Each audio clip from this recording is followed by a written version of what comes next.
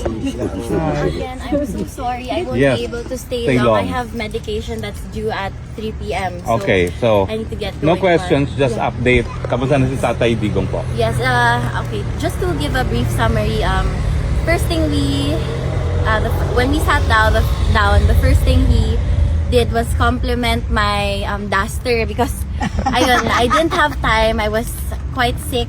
Actually, dun ako naghilamos sa loob actually. So he complimented my duster kasi it's the same one that I used to wear when we would sleep beside each other. So, thank you. So I think it kind of gave him a glimpse of home, you know, yung pambahay ko. And ayun, I was blabbing about family, of course, it's the same thing. And then biglang may langaw. So, hindi siya nakikinig sa akin. Hinuhuli niya yung langaw.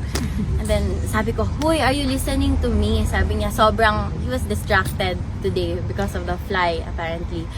But, towards the latter part of our conversation, he's happy to hear that the family is doing well, and of course he was checking up on me because I told him before coming here I had to run to the pharmacy to get some medication. But ayun, he said as long as I'm doing okay, he's fine. And I told him that all of you are waiting here today, so he sends his warm love and regards, of course. And then he says na no regrets and no apologies. He did what he could for his country. Yeah. So, and then ayun, hi daw sa inyo. Sabi ko, do you wanna say something? Because all of them, they wait outside for you every day. So, ayun, hello, and his love and gratitude, and ayun, yung message niya. Okay.